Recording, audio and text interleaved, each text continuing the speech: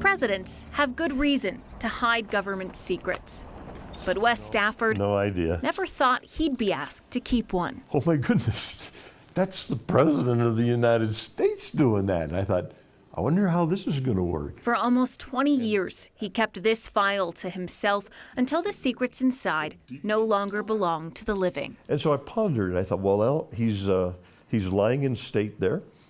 We don't have to be as secretive about it. There's no risk anymore. Wes was the president of Compassion International in 2000, when the former United States president raised his hand at a Christian concert in response to a question. Does anyone want to sponsor a child? I could see the security people like, is this okay? You know, has anybody checked this for anthrax? I don't know what this is. They took Stafford aside and said, no one can know about this. They couldn't use his name, George Herbert Walker Bush, but they did go with George Walker.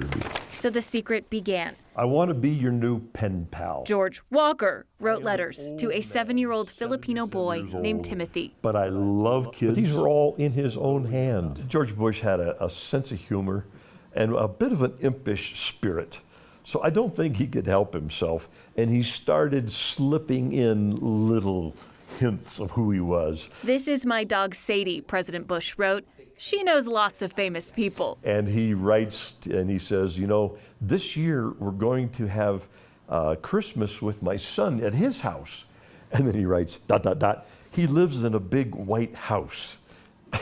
And I'm like, it's getting dangerous here. Turns out President Bush was not the best secret keeper. And though we have not met, I love you already. But Stafford never broke his word. He got engaged in this little guy's life in such a beautiful way. There are 2 million Compassion International sponsors. Timothy was very happy with the map of America. This one just happened to be a president. A remarkable man. We'll never have another like him.